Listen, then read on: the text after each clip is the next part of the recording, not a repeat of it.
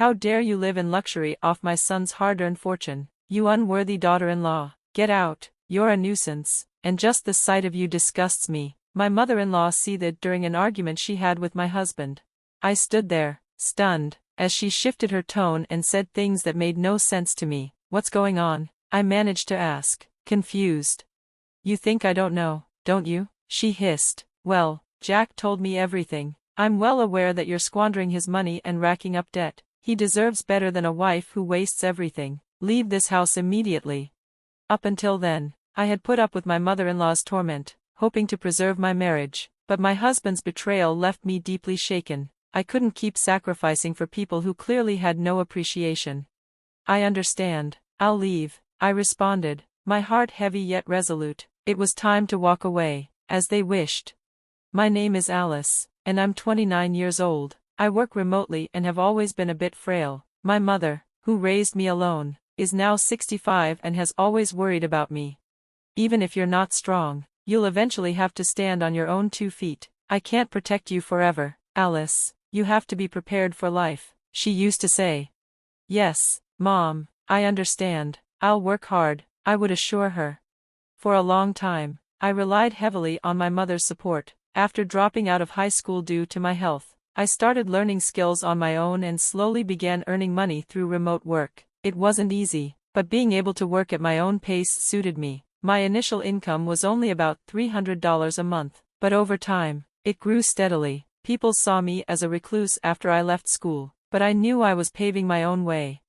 A few years later, I was earning well above the average for my age group. By then, the judgmental opinions of others no longer fazed me. It's so reassuring to see you doing well, Alice, my mother said, finally able to relax. I can't tell you how happy that makes me. My mother, who worked tirelessly at a supermarket deli, had recently been promoted. The new responsibilities were taking a toll on her, both physically and mentally.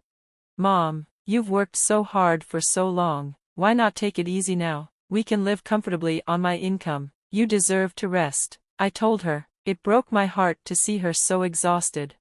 My mother never imagined that her once frail daughter would grow strong enough to support her. Overwhelmed with emotion, she thanked me through her tears.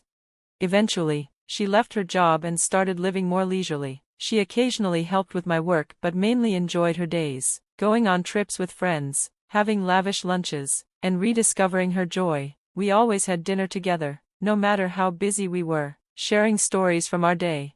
Today, I had lunch with a friend. She told me once, her daughter just got married, and she's excited about becoming a grandmother. Alice, you're so busy, but I hope you'll find someone special too. I smiled at her, feeling a bit conflicted. Marriage, huh?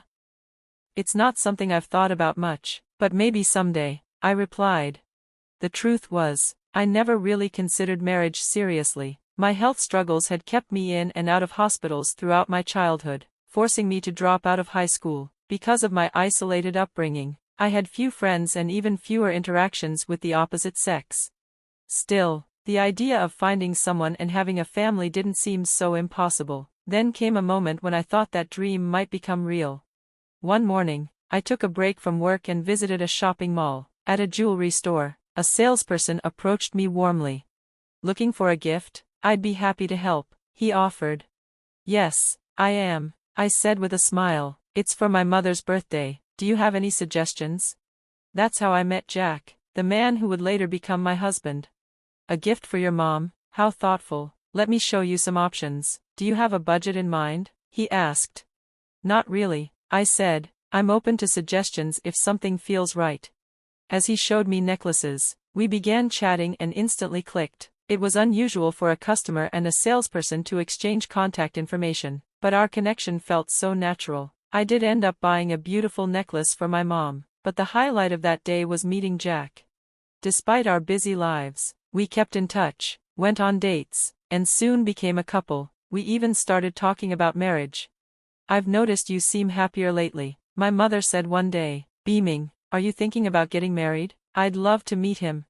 Approaching 30, I felt overjoyed at the idea of marrying in my 20s, and my mother's happiness made it even better. When I introduced Jack, we discovered he, too, had grown up with a single mother. I promised to make Alice happy, Jack declared. Please give us your blessing. My mother and I couldn't help but smile. Though our relationship was relatively new, it felt so right. She gave us her wholehearted support, but little did I know, everything was about to take a sharp turn. The first time I met Jack's family in their quiet neighborhood, his mother looked. Here's a revised version of your story segment. The decision to file for divorce stunned them both. I watched the shock register on my husband's face and noticed the flicker of unease in my mother-in-law's eyes. They hadn't expected me to agree so decisively, but I was finished with being mistreated and undervalued. Are you serious? Jack finally stammered, his earlier confidence now shaken. Yes, I'm serious, I replied, my voice calm despite the whirlwind of emotions inside me. I refuse to be anyone's doormat anymore. I've supported this household tirelessly, and neither of you has ever shown me any gratitude. It's time I prioritized myself.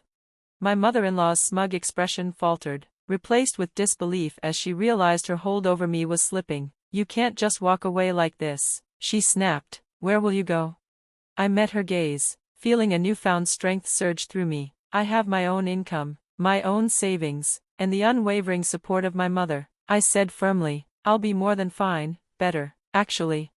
That evening, I packed my essentials, leaving behind the trappings of luxury they valued so much. As I stepped out of the condo, a sense of freedom washed over me, lifting the weight of their betrayal from my heart. I left behind the empty opulence they clung to and returned to the simple, honest life I had built with my own hard work. When I reached my mother, she embraced me tightly. In that moment, I knew that true wealth came from love, respect, and meaningful connections. My mother's embrace felt more valuable than all the material riches I had left behind. The divorce was finalized swiftly. Jack and his mother made desperate attempts to reach out, oscillating between pleas and threats when they realized how dependent they had been on my financial support. But I had already moved on, stronger and wiser, determined to rebuild my life on my terms. I began searching online for a new place to live. My mother-in-law, watching me with a gleeful expression, seemed delighted at the prospect of me leaving the high-rise condo. Whether it was due to a lack of foresight about how life would unfold for them or a simple inability to grasp the consequences, I had no interest in their future. With the completed divorce papers in hand, I swiftly packed my belongings and prepared to leave. My mother-in-law continued her barrage of sarcastic remarks until the very end, while my husband mirrored her smugness, feeling triumphant. I'll submit the divorce papers, I said coolly. No alimony, no division of property, just sign here. Fine, he said, signing quickly. I was worried you might claim the apartment, but I guess I had nothing to fear, he added smugly. Little did he know, I had no interest in the apartment. Instead, I quietly withdrew all the money from our shared accounts. Criticize me if you will, but I was ready to face any judgment. Every penny in those accounts was mine, earned through years of hard work. When I returned to my mother's house, she greeted me with a worried expression. I've been so anxious. I called you several times, but I couldn't get through. I even went to your condo, but they wouldn't let me in. Are you okay?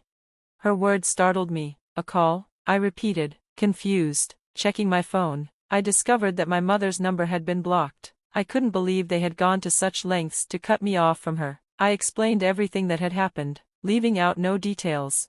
That's just awful, unbelievable. Even my normally gentle mother was outraged. But without me, there was no way they could afford the high-rise condo. Let them face the consequences. The next day, I submitted the divorce papers, and the process went smoothly. It was a short-lived marriage, one I was glad to end. Back at my mother's house, I regained stability and refocused on my work. By the end of the month, as expected, I received a call from that foolish pair. Hello, Alice, it's me, Jack, he said, sounding desperate. I'm in a bit of a bind and need your help. What do you want? I asked coldly. I'm busy. We're drowning in bills for the condo, he pleaded. I had to sell my new car and pawn my expensive watch, but it's not enough. Please, help us. I'm begging you. I almost laughed at the irony. They were sinking fast, unable to handle the mortgage and utility payments. That's unfortunate, I said dryly. If we were still married, I might have felt obligated to help. But now, sorry, I don't feel generous enough to lend money to strangers. Please, he begged, sounding utterly defeated. I could hear his mother yelling in the background. I sighed. Ask your dear mother for help, I said, and that prompted my mother-in-law to grab the phone. How dare you be so heartless, Alice? She shrieked. We're your former family. You should be helping us, not holding grudges. You're the lowest. I couldn't hold back anymore. Excuse me, you kicked me out and have the nerve to talk about family? If you keep this up, I'll bill you for every cent I paid to support your lifestyle. My threat silenced them. Please don't do that, Jack said, his tone panicked. We're just struggling right now. We won't bother you again, I swear. Good, I replied, my patience wearing thin. If I hear from you again, expect an invoice. They promised, almost groveling, and with that, I blocked their numbers. The relief I felt was immense, knowing they wouldn't bother me anymore. Later, my mother told me she saw them leaving the condo, looking miserable. Without my income, they were forced to move out, struggling under a mountain of debt. It seemed karma had paid them a visit. My ex-husband continued working at the jewelry shop, but his meager earnings couldn't sustain the lifestyle they had grown accustomed to. Only now did he realize that everything they had, especially that luxury condo, had been my doing, but his realization came far too late. I'm now living peacefully with my mother in my childhood home. We're planning to find a new, barrier-free house where she can enjoy her later years comfortably. As I work hard to secure our future, my mother's encouragement keeps me going.